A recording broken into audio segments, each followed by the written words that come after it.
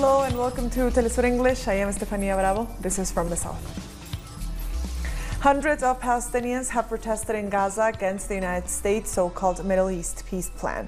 The demonstrators, including activists from the Democratic Front for the Liberation of Palestine, gathered outside the United Nations office and burned an effigy of U.S. President Donald Trump, as well as U.S. and Israeli flags. They called for the United Nations to intervene and stop U.S. aggressions against the national rights of the Palestinian people.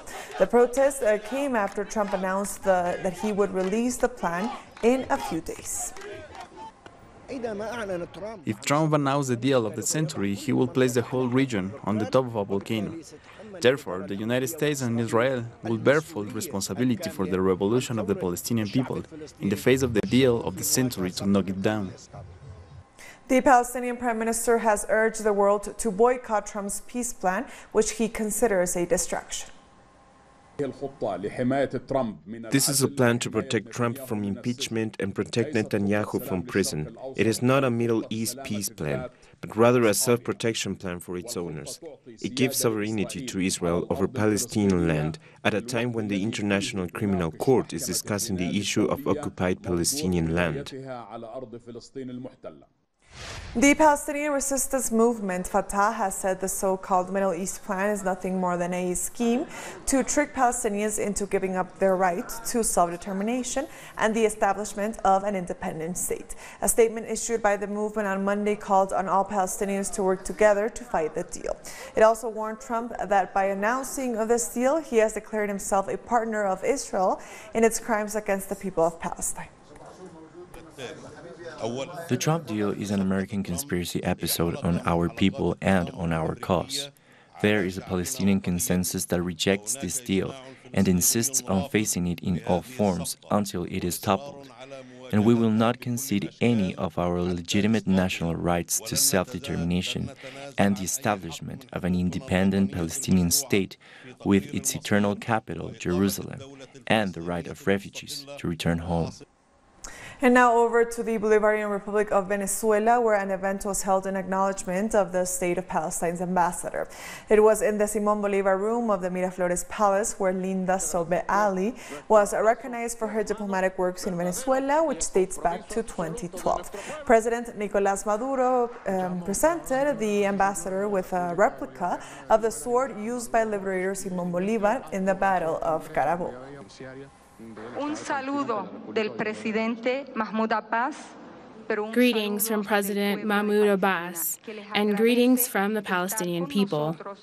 We thank you for being with us at the most difficult of times, because one looks for friends in bad times, because friends in good times are many.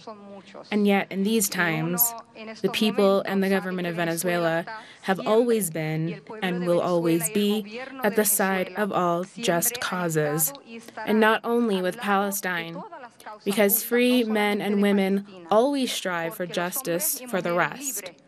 Thank you for this opportunity to live in this country and to be one of you.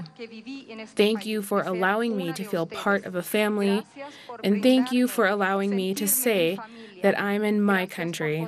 And as I said recently in a program which you'll hear very soon, I'll say like the song, if they don't let me enter my country, I hope that they bury my body there in the sea in Venezuela. Iran's Foreign Minister Mohammad Javad Zarif has accused Germany, France, and the United Kingdom of implementing the rules of the 2015 nuclear deal in a biased manner.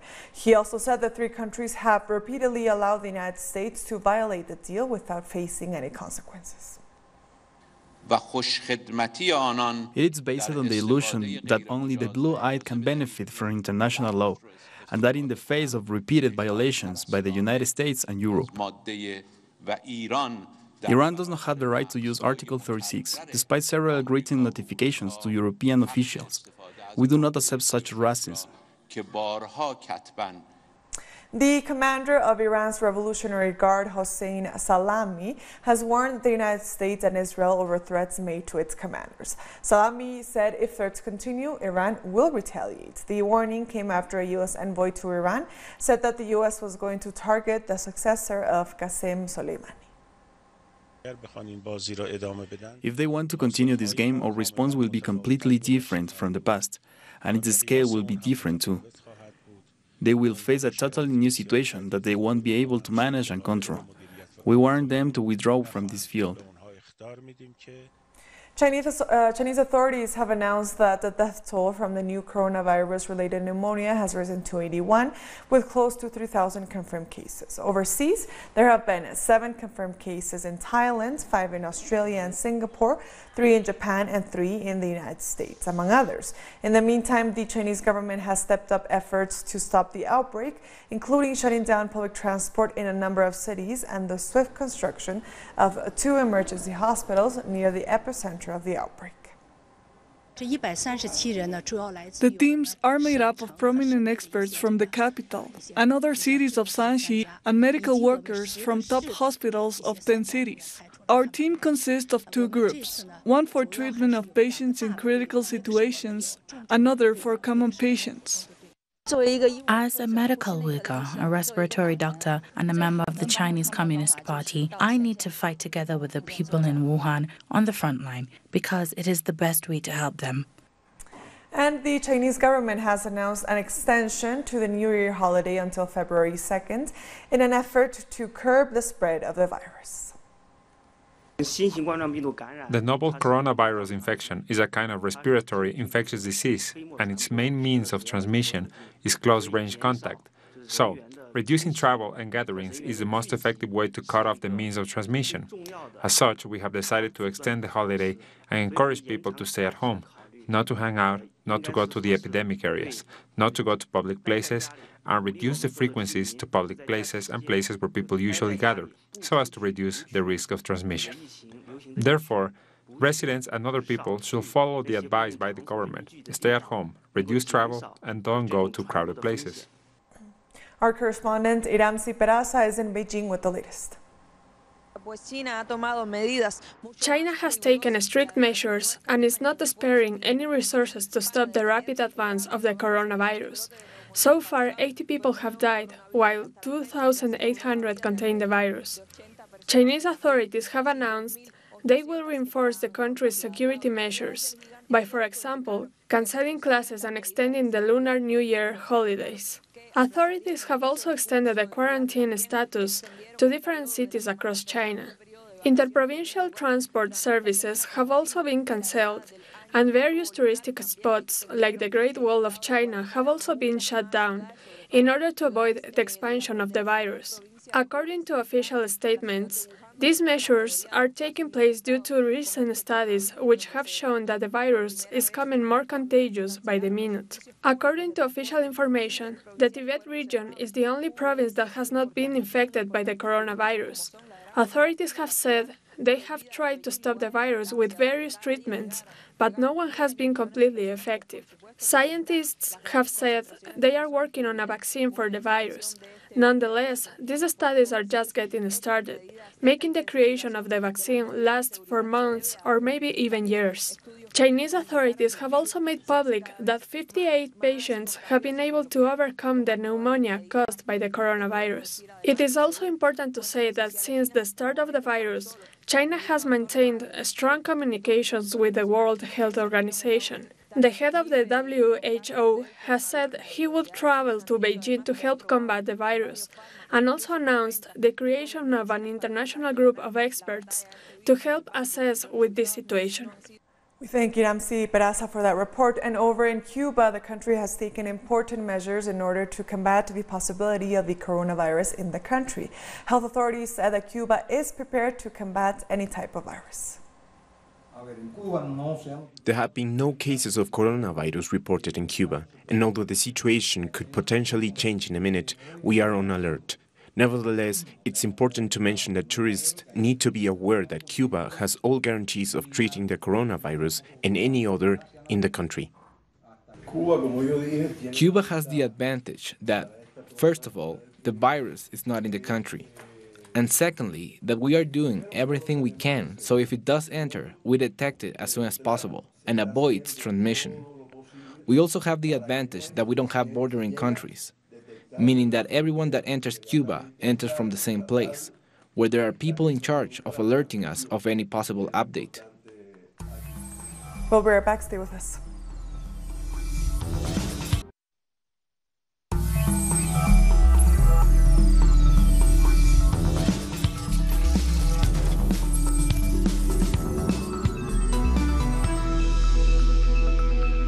Welcome back to From the South. University students in Chile are rejecting the National University Entrance Exam. They say the exam privileges those who attend better schools and better areas and have better resources to prepare for them. Our correspondent Paola Drachnik has more. Moments ago, the second phase of the National University Entrance Exam got underway. Let's recall that this is the government's second attempt to make students take the exam. Students denounce this exam as an attempt to segregate university students. This exam costs $45 per student. It consists of various subjects, including language, math, and science. Despite the fact that the government's and university spokesperson said that the math exam was held with a 95% success rate, the truth is that there are reports of a huge disruption during the exam. Social media videos show carabineros repressing students that were about to take the exam. Although the government officials have denied the leaking of the test, alternative media outlets are reporting otherwise, contradicting the government's announcement of a 95% success rate in the math exam. Back to you. Thank Paola for that report. The presidential candidate for Bolivia's movement towards socialism party, Luis Arce, held a news conference from Argentina on Monday. Joined by former President Evo Morales, Arce spoke about the damage that has been caused by last November's coup and by the de facto government. It was not just a political coup, but an economic coup. The de facto government immediately started to tear down our model, the one we worked on for so long, which bore many positive results and was hailed across the world. This de facto government has started to change the policies of Bolivia, and it has led to a sharp rise in economic uncertainty. Last December, for the first time, we saw indicators in the financial system that showed a marked decrease in deposits, something that never happened during our administration. There's a re-dollarization in Bolivia. For years, we applied measures to strengthen our currency, as Bolivia used to be dollarized before 2005. And people regained trust in our national currency because the economy was on the right path. After the coup, expectations were created, and people have been falling back on the dollar once again. On Sunday night, Bolivia's de facto president, Janine Áñez, asked for the resignation of all her ministers mere days after announcing she plans to run for president in the upcoming general elections. Áñez's announcement came on the heels of the resignation of her communications minister, who strongly disagreed with her decision to run for president. She said in a communique that the transitional government has lost its way and that Áñez is not working to restore democracy. Áñez took power on November 12th last year following the military-backed coup against President Evo Morales and the violent persecution of his officials by far-right groups. Moving on, the killings of social leaders and former FARC combatants of the demobilized FARC continue in Colombia. Freddy Vargas Rojas, associated with the Paz cooperative, was killed on Saturday. And on Sunday, communal leader of the Catatumbo region, Fernando Quintero Mena, was killed in the municipality of Convención. Our correspondent Hernán Tovar has more from Bogotá. Numerous acts of violence have taken place this weekend against former FARC combatants and social leaders. The first one was Fernando Carrillo, social leader. He was murdered in the municipality of Convención in Santander North. With him, 2 social leaders have been murdered in this same municipality. Also on Saturday, John Freddy Vargas was murdered in the municipality of Pitalito in the department of Huila. And this is in addition to 184 former FARC combatants who have been murdered after the signing of the peace agreement. The UN has demanded that the government to apply stricter measures to stop the killing of more FARC combatants. Peruvians went to the polls to vote on their new Congress, where no party won an overall majority. Fujimorist party lost several seats, and centrist parties made some gains, like the Popular Action Party, won 10.1% of the vote. President Martín Vizcarra dissolved Congress last year, arguing that lawmakers were obstructing his anti-corruption agenda. But the centrists could ease the passage of reforms. The new Congress will be replaced in next year's general elections. Our correspondent Veronica Insausti has more on the results. The results of the parliamentary elections are a reflection of the people's rejection against the traditional political class linked to corruption charges. For example, we are seeing that the Peruvian Aprista Party and the Christian People's Party, that historically have had a representation in Congress, this time were left out. This time, and the National Solidarity and the party led by Keiko Fujimori, Fuerza Popular, are the biggest losers in this election. Let's recall that last Congress, the party led by Fujimori had 73 seats in Congress out of the 130 in total.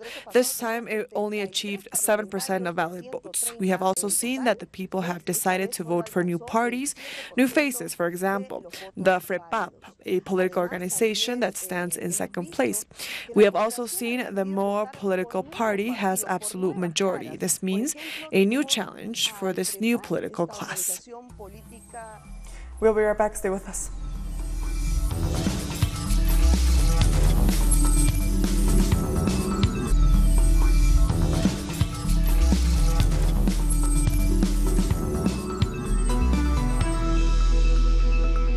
Welcome back to From the South. About 200 Catalan separatist protesters have scuffled with police outside the regional parliament building after regional leader Quim Torra was stripped of his role as a lawmaker. Torra will now be unable to vote in parliament, but will remain head of the Catalan government, despite opposition parties' demands that he be removed from the post. The parliament speaker said the assembly in Barcelona had to, with the Spanish Supreme Court ruling against Torra, ensure future votes are not deemed invalid, but said they will try to overturn the decision. Voters in Italy's Emilia-Romagna region have derailed right-wing politician Matteo Salvini's plans to use a regional election to bounce back into national power. Salvini had hoped to win for his National League would shake the Democratic Party Five Star Movement coalition and eventually collapse the government. However, Stefano Bonaccini, the Democratic Party candidate, was re-elected with 51% of the vote. Beating the League's candidate, Lucia Borgonzoni won 44% of the vote. Reacting to the results, Prime Minister Giuseppe Conte said the results were a rejection of Salvini's divisive politics. There was he who tried to turn this election into a referendum for or against the national government. I'm talking about Matteo Salvini, and I have to say I consider his behavior inappropriate, and he's coming out as the big loser in the competition. The reality is the citizens and the local communities took it as a referendum on him, and so he comes out beaten. The United Nations says the airstrike that hit a migrant detention center in Libya, killing dozens of migrants last year, was deliberately done. The 13-page report revealed that all parties were aware of the precise location and coordinates of the Tadura detention center. The report called on the international community to ensure that those behind the airstrikes are held responsible and punished. The strike, allegedly carried out by General Khalifa Haftar's, killed 53 migrants, including 6 children. The UN Security Council last year attempted to issue a unanimous condemnation of the attack, but the US blocked the resolution. U.S. President Donald Trump's defense team is presenting its arguments on the impeachment process. Our correspondent in Washington, D.C., Jorge Gestoso, has more. At this hour, the defense team of President Trump is presenting its arguments on the impeachment of the president, trying to convey that the president did nothing wrong, that telephone call with the president of Ukraine was perfect, according to President Trump. Well, the news of the day is the explosive revelation that John Bolton has been published in the New York Times, that he had during the month of August a conversation with Trump in which Donald Trump said that he was withdrawing retaining the military aid to Ukraine as a quid pro quo against an investigation of the Democrats, especially Joe Biden and his son Hunter. Now the speculation is, are the Democrats going to try to convince 4 Republicans to call for witnesses, including, of course, John Bolton, that he said that he's willing to testify, while the Republicans are seriously denying that possibility and trying to portray this new revelation of John Bolton, that is a drop of his book. He said that he has that conversation with Trump as he said. And in reality, already the Democratic leader of the Senate, we're talking about Chuck Schumer, has said, if it's he said, and therefore we should not know exactly to whom we believe, he said, John Bolton is ready to testify under oath. It's the only one of the two. So the situation is very fluid. Still a lot of skepticism that the Democrats are going to manage to call for witnesses, and if not manage to be successful, most probably this impeachment is going to be finalized and President Trump is going to be absolved by the end of this week. We get back to you now. We thank Jorge Gestoso for that report. In Bolivia, every year, the number of people who go to the Abundance Fair increases, where you can buy a miniature of what you want to achieve in the rest of the year. We have more in this report. The Alacita Fair, which in Aymara means buy me, was born in peace, and every year it summons crowds to buy in miniature what every person dreams of having throughout the year. It's a tradition and custom that we Bolivians believe in, so we bought a miniature house, so in the future we will have a real house. Always buy without faith, with all the will of the Lord, as so it will come true, a house, a car, so it will happen this year. At the Dream Fair, you can get almost everything: land, building materials, houses, vehicles, plane tickets, bank accounts, cash, health certificate, driver's license, food, personal titles, marriage certificate, and divorce certificate. Almost everything. It works. If one has faith that it will. Everything done with faith and love happens. I always tell them that one must have faith in the God of Fortune, in the Virgin of Orcupina, and in the Pachamama, that if we go to buy with faith, they will grant us all the desires of the heart. When my mom gave me a little suitcase, she told that the little suitcase was so I could travel. And one day I traveled to Chile all by myself, so it works. There is no square or church atrium in the city of La Paz without miniatures.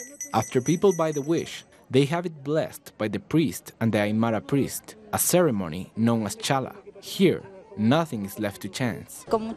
With a lot of faith, I got a grade diploma and a master's degree diploma. Those who have faith have all their desires fulfilled. Those who do not have it, nobody forces them, but faith moves mountains. Now, the main character of the fair is the Ekeko, who is known as the god of abundance. But the origin of the tradition is lost in time. Long before Spanish colonialism, there was Illa, a representation of the goddess of earth fertility, of the Pucara culture, which dates back 200 years before the Christian era, found in the ceremonial center of Tiwanaku. Over the weekend, Santiago de Cuba marked the 167th birthday of national hero José Martí. Workers of the National Institute of Sports and teachers ran, walked, and biked in this anniversary marathon, along with 1,500 students. The race began at Santiago's Revolution Plaza, down the Avenue of the Americas to the Heroes Forest. Older adults and young children also competed to remember Martí's legacy. And with that, we've come to the end of this news brief. You can find these and other stories on our website at telesurenglish.net. Join us on social media. We're on Facebook, on Twitter, and on Instagram. For Telesur English, I am Estefania Bravo. Until next time.